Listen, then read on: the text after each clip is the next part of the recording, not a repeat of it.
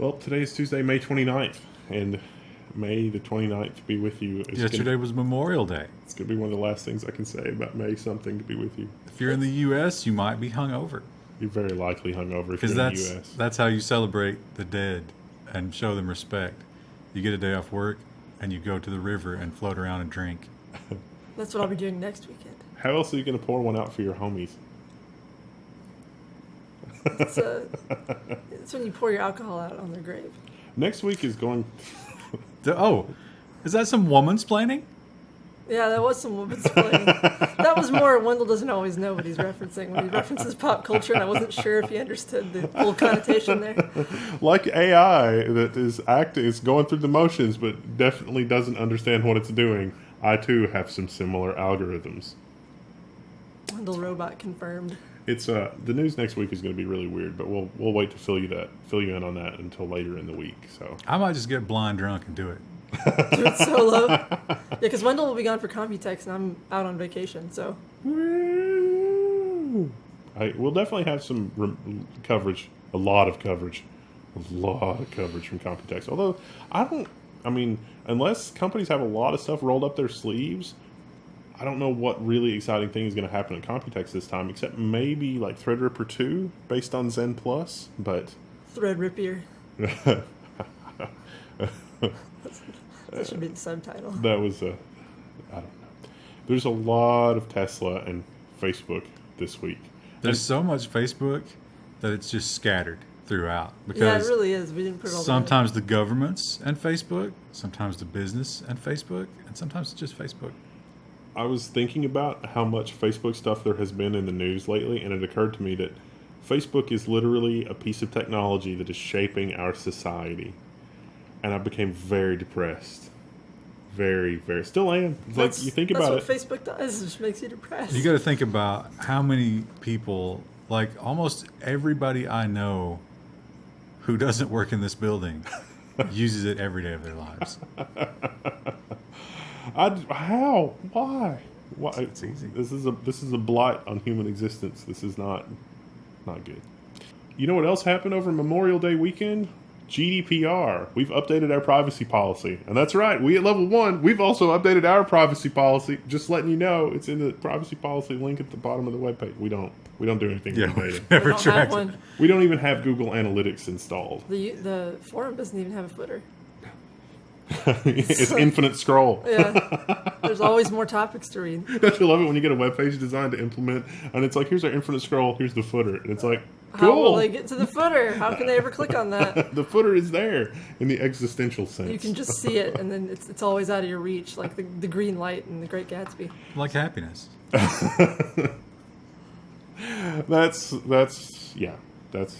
We will share some of our unhappiness with you, so that you too may enjoy the We're already off the rails here. The GDPR, it happened, and Facebook, Google, it's not going well for them so far. There's a TechCrunch article here, and there's a guy that is saying, well, this is kind of forced consent. It's like Google and Facebook make up my online existence, and I want to use those services without giving up my data. What's my option for doing that? Or what's my option for using the service and withdrawing consent, using the service and withdrawing consent? And so a complaint has been filed by this individual, I guess, already, even before the ink is dry on GDPR. Well, the ink has been dry on GDPR for a while. It's just the implementation. I think it's the implication, right? I think they won't say no. This is crazy because it's true that it's kind of crappy that the website can just simply say, either you agree to let us sell your data or you don't get to play ball. But it's a government service. Forcing you to get... I'm reminded of Venezuela. You know, Venezuela, they're having their problems. So I don't know if this is still the case, but for a long time there, the bakers couldn't source flour, so they had to raise the price on bread. And the government was like, no, bread will always be the same price, and you have to make this many loaves of bread a day. And they were like, but we're going to lose money. We can't do that. And they're like, no, if you're going to be a baker, you have to do that. So they just shut down all the bakeries. No one can get bread. Yeah. Everyone's hungry. It didn't work out well for them. In this case, I mean, it's an online service, so probably not quite as dire, but I'd just like to point out how the USA Today website handled the GDPR requirement. If you're in Europe and you decline, you get a text-only version of the webpage. That webpage is like 300 kilobytes and loads in like 2 seconds. The other version of the page that has all the tracking scripts and all the nonsense installed is like 5 megabytes and takes about 40 seconds to load. I would almost use a VPN to get that on all the news sites. That would be fantastic. But, you know, when you talk about Facebook, I think the bakery analogy is still there because, let's face it, Facebook could not exist the way that it does unless it was stealing your data. Unless it was monetizing your data or using your data to tailor better content to you. So, do you want to pay a subscription? What if we gave the people of Europe the option of agree or pay a subscription? Is that illegal? I wouldn't subscribe for any of those services. But I'm saying, is that legal under GDPR? I wonder. I think if you're paying for the service and the data were then not monetized, that'd probably be okay. Right. You could give up your data, or you could pay $1. Is that legal under GDPR? I believe that is. What happens if you forget to pay your subscription 1 month? Do they just like immediately open the floodgates and give out all your information? Then the next month, No, you pay can't it? log in. But would they go on and sell your data, or is there like a grace period? Well, they probably would, but it wouldn't be legal. Anyway, GDPR is super confusing. GDPR is a terrible solution to a terrible problem. You know what else is a terrible solution to a terrible problem? The fact that immigrations and customs enforcement, ICE, it's what we have here in America. They're doing. I didn't know things. that acronym either, so don't feel bad if you were like, "What's ICE?" They're doing terrible things. Like, I just don't even want to get into it. But they're trying to do an end run around the law because they're not allowed to collect. They're not allowed to just like canvass an area. It's like, let's canvass 2nd Street for those illegals. They can't do that. They can't spend money on that. That's not anything in their charter. Well, they're trying a clever loophole here. The ACLU, the American Civil Liberties Union, an organization that typically stands up for human rights and that kind of thing, has sued ICE because ICE has acquired access to license plate reader databases. So our law enforcement buys license plate readers from a commercial company. And so the commercial company runs the license plate readers in the patrol cars and the police forces all over the U.S. It's not a universal thing. You know, local precincts can opt in or out of buying these technologies, but some local precincts are using their budget to buy license plate scanners because they can. And the data from those scanners is fed into a database. And so now ICE has bought access to that database, and that's a commercial thing. That's probably illegal. So it just seems bad. It's pretty bad. It's always pretty bad. I've got a BMW ad. Skip through that. Yeah, I guess. Scroll right on down to that news about China. It's not. Okay, there it goes. It was not really wanting to scroll all that well. So, yeah, China is exporting facial recognition software to Africa. But why? Oh, you know why. Well, it's not what you would think. You might think they're doing it just for money or to expand their power, but it's even worse than that because you see AI. As we've seen stories last week, AI can be just a little bit racist. And it's not necessarily racist per se, but it's built by usually light-skinned people. It's tested on light-skinned people. And Africans, for example, it does a very poor job of recognizing. So did you just assume the programmer's race? There's a joke in there somewhere. I'm guessing that in China there are not a ton of African programmers. Maybe that's just my bias talking. But anyway, this is a known issue in computer science. When you've got a learning AI, you have to teach it by giving it a lot more dark-skinned people to look at. And what better way than to put the same draconian controls into Africa? Woo! Did it mention? I don't think I saw what countries. Did they just say Africa? Like Zimbabwe. Everywhere. Yeah, so this is going to hunt criminals in Zimbabwe. It just seems so dystopian. This is the Chinese software. It's Are the there poachers in definition of Zimbabwe? dystopian. The hunters become the hunted. Yeah, but right now it's fine. This whole class of race problems and like where AI suddenly turns horribly racist, we call the Tay problems, because Microsoft was one of the first companies to have a very public AI meltdown, and the name of their AI was Tay. We'll never forget. Well, that didn't have anything to do with like actually experiencing other races. That was just 4chan. They're like, oh, let's poison the well, basically. Speaking of bad stuff going on in China, the social credit system is happening there, and some people are having trouble buying things and getting on airplanes and that kind of thing. So they asked for some kind of official commentary on, hey, don't you think this social credit thing is going a little far? It's making it hard for people to travel or buy things or do banking or anything. And the official response was, yeah, that's what it's supposed to do. That's working as intended. Yeah, this guy literally said it was designed, if you keep doing bad things, and bad in quotes there, what the Communist Party doesn't like, they expect you to be completely bankrupted by those actions. That's how it's supposed to work. I don't know if it was intentional or not, but the quote is particularly, like, the hairs in the back of my neck stood up a little bit, because it says, if we don't increase the cost of being discredited, we are encouraging discredited people to keep at it, who reportedly said. And I read that, and the only thing that I could think of was too big to fail. But also that these actions are, and some of them, it makes sense, like smoking on a train. Yeah, No that's one annoying. likes that guy. That's very annoying.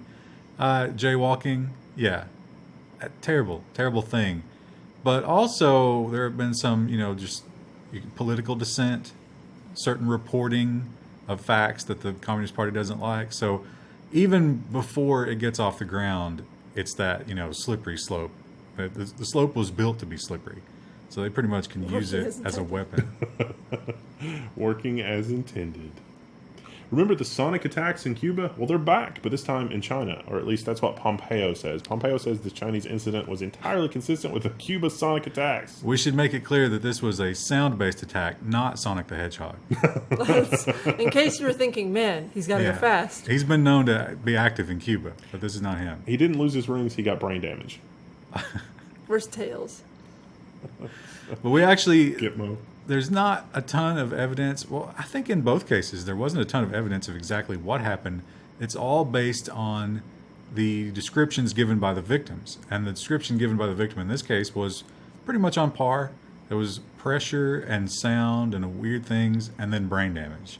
Yeah. But nobody's ever actually located this in the wild, like actually found it happening. It's all just listening to Level 1 text. Yeah, it's after the fact. I listened to this podcast, and then it was something subdural hematoma, and then I don't know. Plenty of people complain about our audio. So. I was going to say, we have the air conditioner on because it's like 90 degrees and 100% humidity here. And you guys can probably hear it now. That's the noise you might hear in the background because it gets very hot with the lights on. It probably won't give you brain damage. No, probably Maybe. not. We don't know. We haven't done any tests. It may even be possible to filter it out algorithmically, but we have not mastered that, if that is the case, with the tools that we have, anyway. Woo, analog mixers for the win. So, switching gears, the FCC. The FCC is hurting consumers to help corporations. Mignon, I think that's how her name is pronounced. It's Mignon. Mignon. Are you sure? No, it's No. not. I'm sure she's named after the steak, which is kind of trashy, but also endearing in a way. She is a former FCC commissioner. She has left, and on her way out, to say her exit was scathing, I think would be an understatement. Would you say it was well done? Well, That's why people watch this show. she joins, how many people have left that commission already? 5 or 6? Yeah. Who have all said the exact same thing. And these were some high-ranking people in the industry, some Congress people, and a security expert, I think. Everybody says the same thing. It's corrupt. It caters to the corporations at the expense of the people, and it's a terrible thing. I'd also like to point out that she literally says what we always say, which is that deregulation isn't bad in markets with robust competition because competition itself can protect consumers, but that is just not the case in broadband, she said. Let's face it, internet service providers are last-mile monopolies. Yes, because it does not make sense to run 7 sets of wires to your house. That is not profitable for anybody.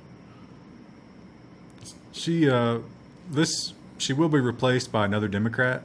So if you fear that you're losing a voice of reason, then it's going to keep being down the aisle votes in the FCC. So it'll be 3-2 no matter what happens. So it's sad that we got somebody who thinks like that that's going to leave, but probably wouldn't matter anyway. She's leaving because it's like, I can't do anything here, so why would I stay? I get the impression that she's going to start some sort of advocacy group based on this. It is really easy to look at the stuff that's happening here because it's, there are times that I see stuff that's happening and it's so dumb that one, blood shoots out of my nose, but two, it's like I just need to drop everything and go there and fix this. But it's just such a swampy quagmire that no one has any hope, and then it's depressing. You just not worth fixing. You set off a firestorm in the comments by using the swamp word. Hey, I'll take whatever engagement I can get. Speaking of unwanted engagement, senators are demanding answers from the FCC because apparently some senators have said, "Hey, Ajit Pai, you're doing a great job." Remember the FCC comments thing from a couple of months ago, and there was like 1 million comments that showed up in support of what Ajit Pai was doing with rolling back net neutrality. Well, among those comments that were submitted were comments from 2 senators, but not actually. Yeah, it's kind of the same. We talked about this before because there was the video rental record thing, and what was the most recent one? But nothing ever happens with all this stuff until it happens to somebody in power, and then all of a sudden it's like, oh, we've got to look into this. Yeah, this is also the same incident that the Attorney General of New York has filed a lawsuit or something to the FCC because the FCC was like, oh, we were hacked and it was a denial of service thing, but there's no, those are just statements that Ajit Pai has made. There doesn't appear to be any internal documentation that backs up those statements, and so there's a lawsuit going on about that as well. I'm sure this will play into that. And they refused Freedom of Information records about all these things, and they cited trade secrets. Which is, it's not a company that is for profit. It's a regulatory arm. So I think they've dug the hole so deep at this point, there's no turning back, right? There's no sunlight. That hole is so deep. You cannot let anybody see anything of this because it's been so corrupt from the beginning. You have to double down. So I don't know. That 100% humidity outside has really picked up. It's yeah. There's like a monsoon happening. That's why I made a weird face a second ago. We can hear it on the windows. You guys might be able to hear it too, actually. It's raining sideways. It's raining, man. In this case, it was raining Mark Zuckerberg for the European Parliament. Questions on Mark Zuckerberg. It was raining questions on Mark. Yeah, raining. Good segue. That's not a good mental picture. It's like Mark Zuckerberg, exotic dancer, robot clone. What? How did you get there from? Because it's raining men. Okay. Okay. Segue went off the rails too. This is also kind of a correction because last week we said that the revolution would not be televised and Zuckerberg's testimony before Congress would not be televised. We were wrong. Well, but it went back and forth like 5 or 6 times. They weren't sure. And when we were doing the news, it wasn't. And then like a few hours later, it's like, oh, it is. And it's like, well, we already recorded it. So the most surprising thing about the Zuckerberg testimony in the U.S. to me was that some of our Congress critters are not literate. Like they're not. Were you talking about Pelosi? Yeah, I think she has dementia, or alcoholism. Because there was another. Well, she should have retired. You don't retire from Congress. But there was another video of her just slurring everything. Like she was at some educational summit, and she was like maybe 5 margaritas deep, or there's something seriously wrong with her. That's not someone that needs to be making decisions. You think? Well, I'm impressed with you Euro people that are in the audience. Your people got their stuff together. They can read. They apparently retire when they're supposed to. It was some really impressive testimony. We got to remember that they weren't given money by Facebook, whereas all the people at the Senate hearing were given a lot of money by Facebook. Does that actually make that much of a difference? I mean, giving people money, yes. Oddly enough, going from literacy to. Who knew that money helps educate people? Yeah. If you give me the right amount of money, I can't even read anymore. But the big word here was monopoly. And unlike the softballs that were pitched at our Senate hearing, the quote, I'm going to paraphrase the quote here, was like, I want you to be broken up. Convince me otherwise. Change my mind. Yeah. That's pretty ballsy, really. I mean, that's impressive. Yeah, it's really impressive stuff.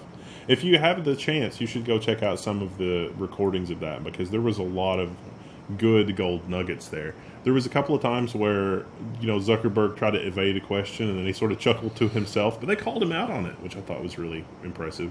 And I think also the shadow profiles question came up a lot. The shadow profiles question came up here in the U.S. as well, But with the European questions, the claws were really out about that, so should be good. So I'm distracted by the thunder. It like thundered for a second. Is our dumpster getting filled up right now with water? Sure, it's got some drainage. There's a hole at the We're just bottom. getting a nice little garbage water slurry in the alley right now. Apple is going to start publishing takedown requests. So apparently Apple gets takedown requests from the government for applications and content, and they're going to start publishing that. Which is, I mean, what kind of an application would get a government takedown request? Where are they going to publish it, did they say? Well, they do, I think, quarterly updates, and they report on, like, you know, if the government wants to unlock a device or get into an iCloud account or something like that. So this is just another piece of that is going to be when they demand app takedowns. In other news, the U.S. military is funding AI or funding efforts to catch deepfakes and other AI trickery, which will probably itself involve AI. Like, I don't think they realize that they're participating in an arms race here. Another Cold War. You should scroll down so they can see, or scroll up, yeah. Yeah, so That's this amazing. this is deep fakes. I don't think Putin ever makes those faces. I Well- don't think I've ever seen him like really move his lips. Yeah, he does keep it very controlled, doesn't he? Yeah. But there's a new version of this where they've added the discriminator AI. So it's creating the deep fake, and then the discriminator's looking at it, and it's like, I'm not convinced. So it's even better. And they're afraid that with that discriminator, just, you know, the more you feed it, the better it gets. And that, like you say, it might get to a point where we can't tell, and even other AI might not be able to tell. And that will be a terrifying world where video just can't be trusted.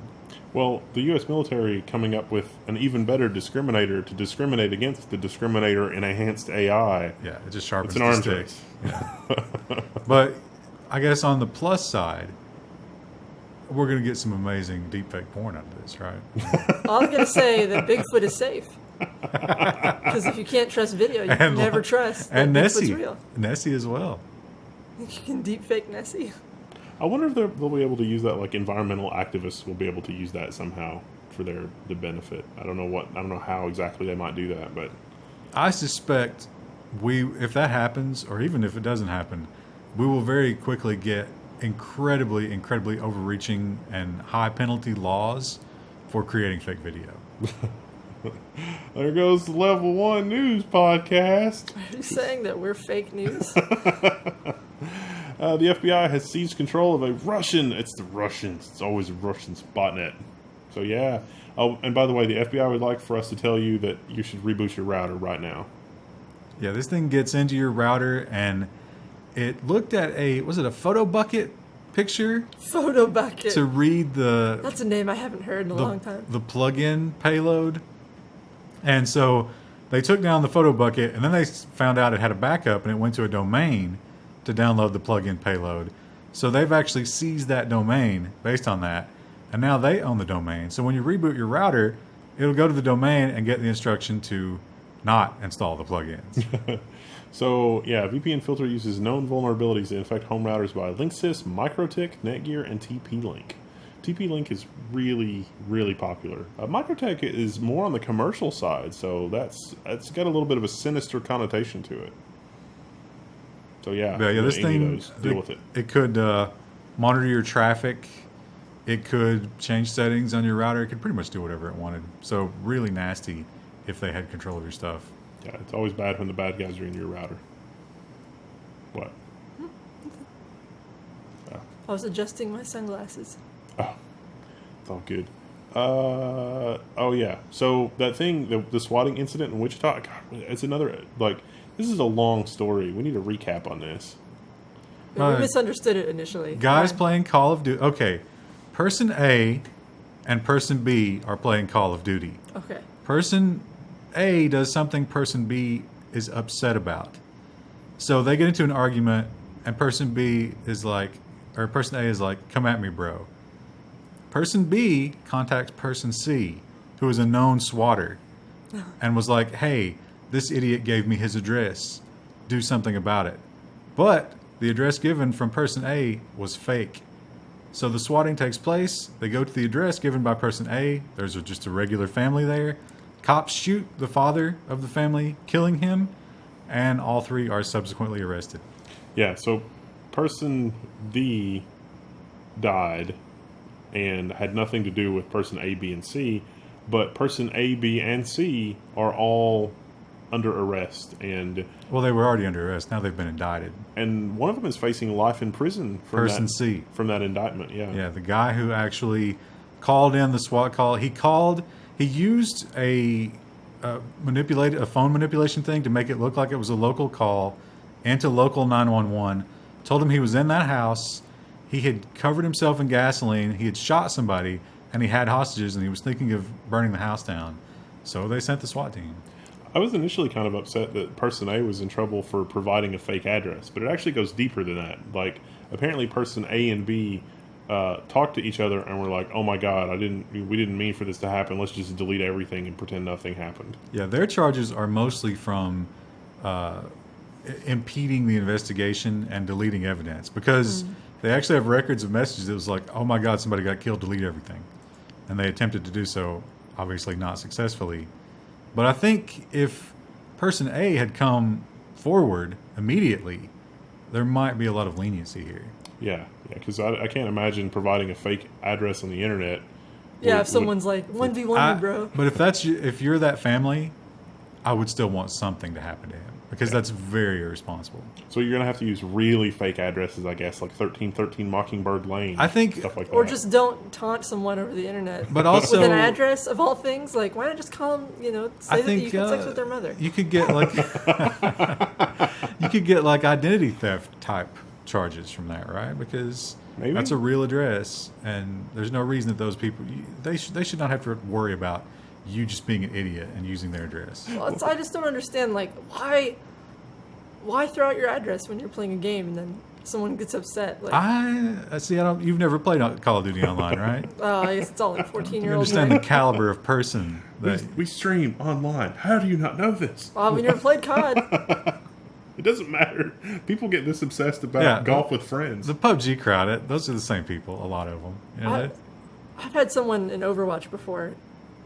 Like, I've killed them and then they've been like 1v1 me and they'll like send a friend request. It's like, I just ignore that.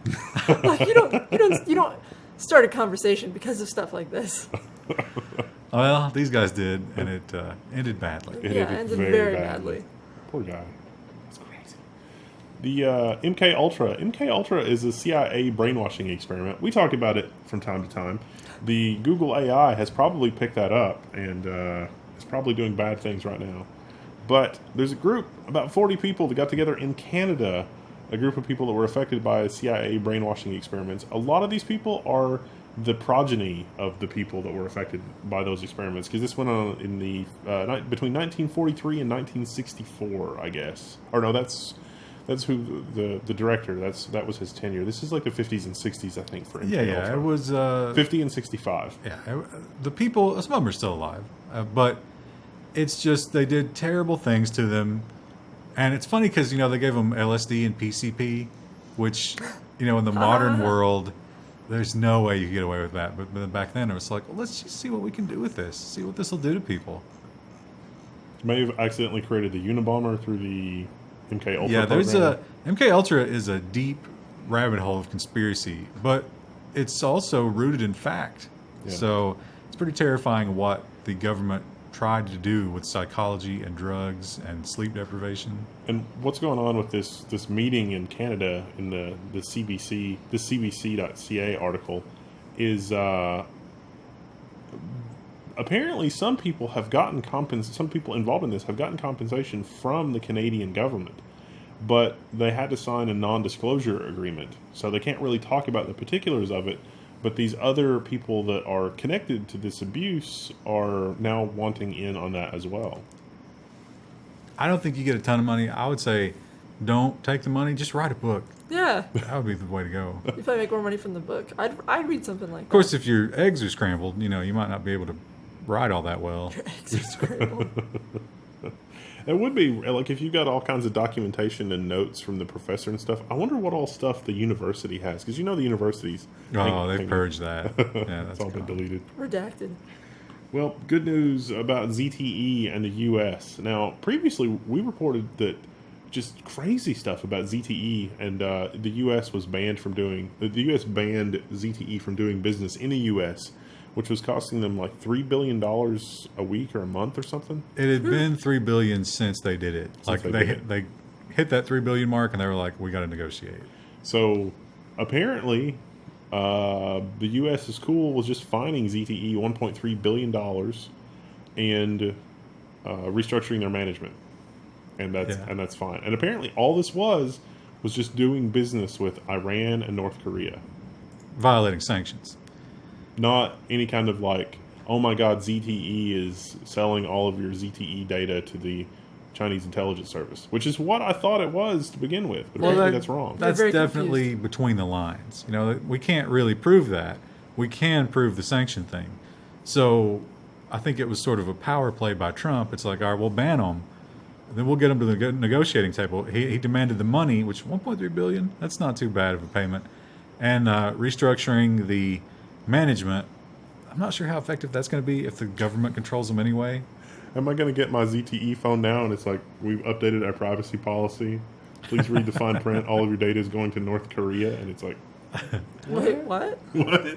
But a lot of people, even some other high-ranking Republicans, have really, really denounced this move because of what you're talking about. They're like, this was a security issue all along, and Trump is just, It's what we were told. he's trying to get points with the Chinese, and this makes no sense. Is it more disturbing if it was never a security issue and this was just some kind of like I don't want people playing games with that mind.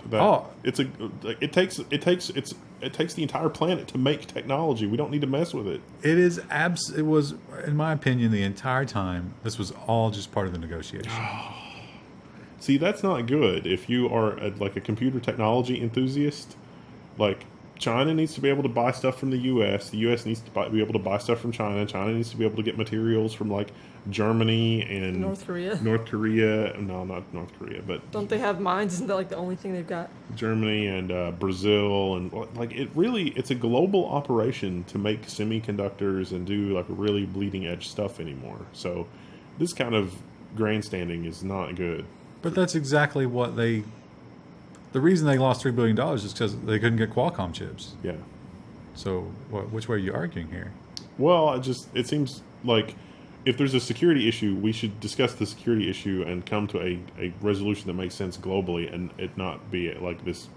Well, what about those security issues that's in all of our stuff because of the alphabet agencies? Should we be cut off? Yeah, we should not do that. Like that. You're really talking pie in the sky goals. I don't think that's ever going to happen.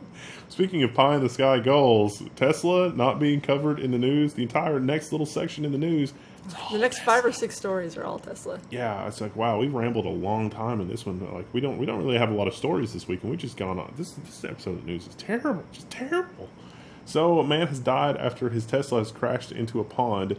There's nothing to this story. The guy veered off the road. We don't know if Autopilot was on. He was found dead in his car, which is terrible and tragic. But it was completely submerged in the pond. So we don't literally like this is not. Why is this even a story? The family of that man might disagree that there's nothing through the story. Well, possibly. I mean, there's not a lot of details. We don't in But terms of the tech part of it. It is definitely, and we'll talk more about the hyper focus of the media on Tesla and Musk, and this week is no exception because how many cars went into a pond that day? Do you think in America? Probably like hundreds. Well, I don't know about hundreds. Probably like 10. I would say more like 20, 30 Yeah. at least. Hundreds. Do you think hundreds? Do you think there's anywhere we can find that data? I'm sure that someone in the comments is going to do that work for us and post with citations. But I bet not more than one got out of regional news coverage. Yeah. Not like But yeah, this one, of course, is on front page of every website. Now, this story has been covered by a dozen or more national outlets repeatedly. Every time that it's like NTSB investigator has coughed to the side, there's an article about that. So this is the Tesla that hit the fire truck, and the autopilot was engaged, and the autopilot actually sped up by about 5 miles an hour before the impact. They are now speculating that the autopilot might have been following a car that had slowed down significantly because there was a fire truck on the road blocking the road. So the autopilot was moving to overtake the car, and that's why it increased the speed. But still, somehow completely missed the fire truck. Maybe it's the paint job. They can't handle red. Oh, that would be interesting if the story was the Tesla was following a car, and what if that car darted over really quickly before the Tesla could react? But that was the last time a Tesla hit a fire truck. It was avoiding an oncoming car, I think. Like there was a car that veered into the lane, and it dodged and hit the fire truck. But in this case, I think it was just trying to get around a slow-moving car. But the car was moving slow because traffic was coming to a stop.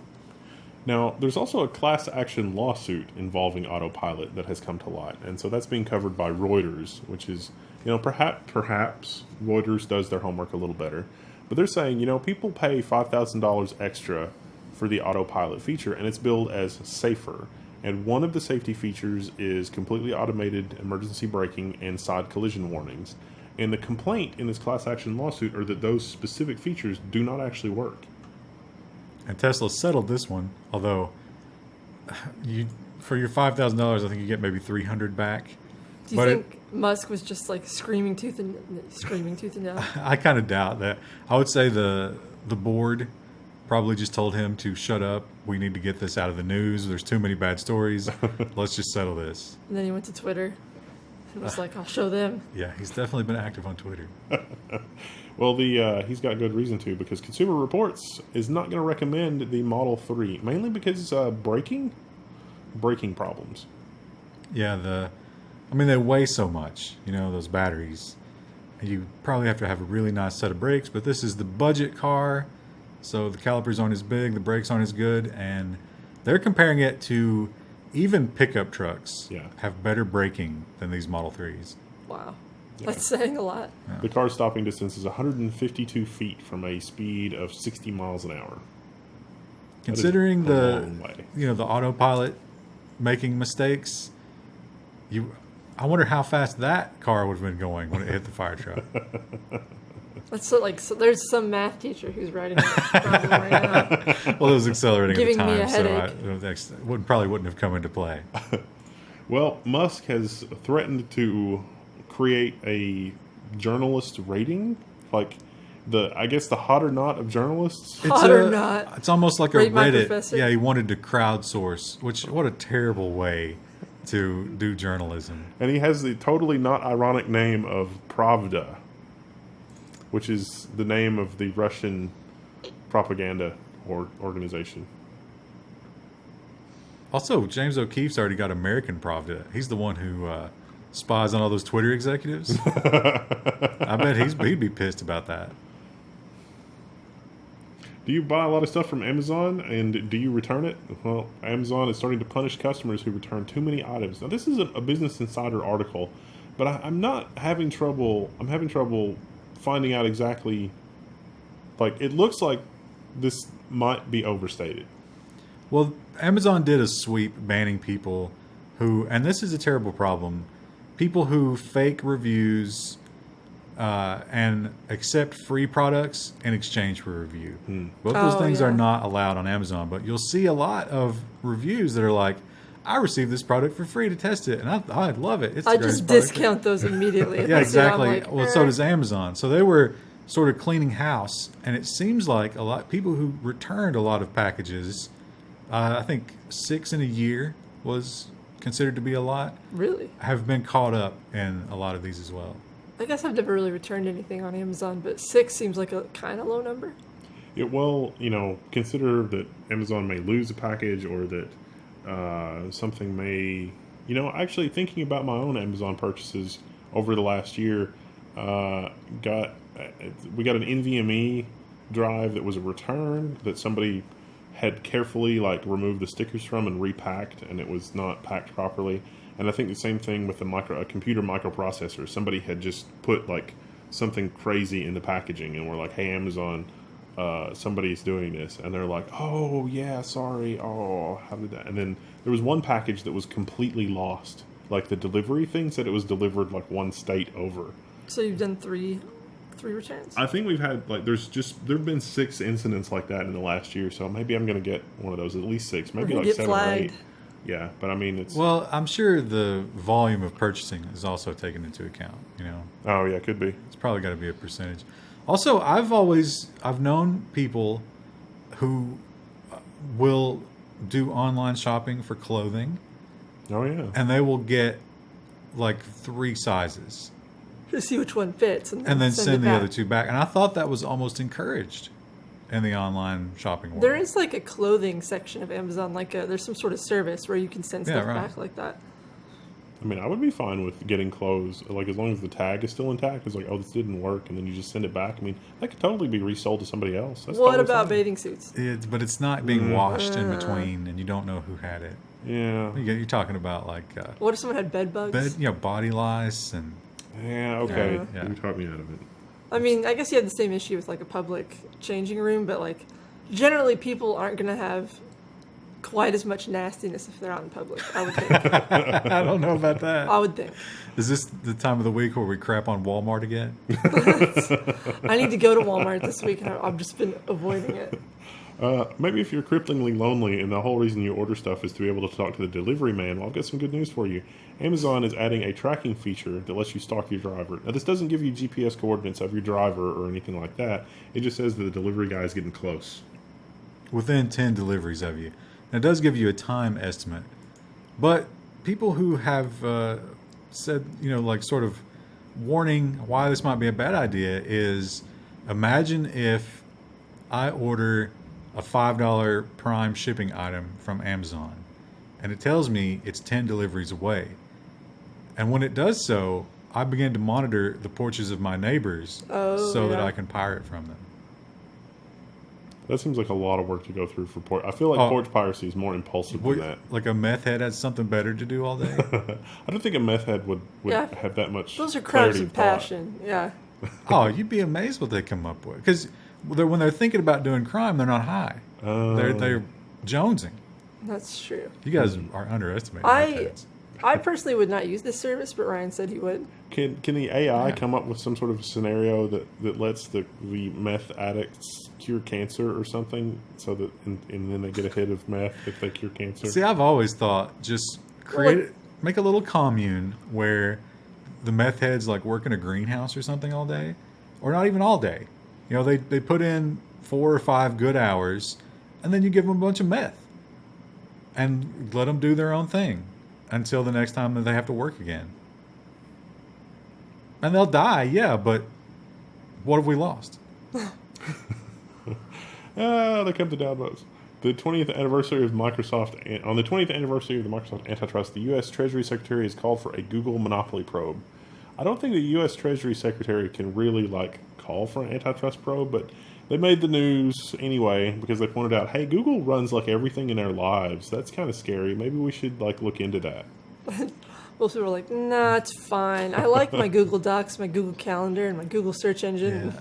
And I'm on the side of you don't have to use Google. You don't. There are alternatives. Although their argument toward that is how Google pays the various browsers to be the default search. That's and true. most people don't understand. But I think just because the populace is stupid doesn't mean that you get to step in on their behalf. That's too much white knighting from the government. Milady steps in. My pleb. My plebs. My plebs. My citizen. In other news, Comcast confirms its plan to buy 21st Century Fox and control of Hulu. But wait a minute. Isn't Disney buying 21st Century Fox? Player 2 has entered the game. I don't know which one is a darker future. Comcast gets all the Fox IP, or Disney gets all the Fox IP. Well, no. Oh, yeah, because that would make Dee a Disney princess. It's I think I'd prefer to have Dee as a Disney princess than a Comcast hoe. But don't you think Comcast goes more with Dee's personality? Absolutely. Yeah, for sure. Because that whole show is based on them being the worst possible human beings on the planet. And that'll be right at home at Comcast. Part of the Comcast family. Comcast. So, yeah, it's not a good idea that ISPs are acquiring content companies. That's... Well, they've already got NBC. Yeah. I mean, it's just, again, it just continues to be a terrible idea. Yeah. Patent and business news this week. Samsung owes Apple $539 million for infringing iPhone patents, a jury has found. So Rip in peace. Samsung didn't want to pay anything. Apple wanted about twice that, about $1 billion. So I guess we're in the middle. But this is a good argument, and we can have Krista weigh in on this. These are what are known as design patents. All right, one of them being a grid of icons on a phone, like Apple. You know how that works.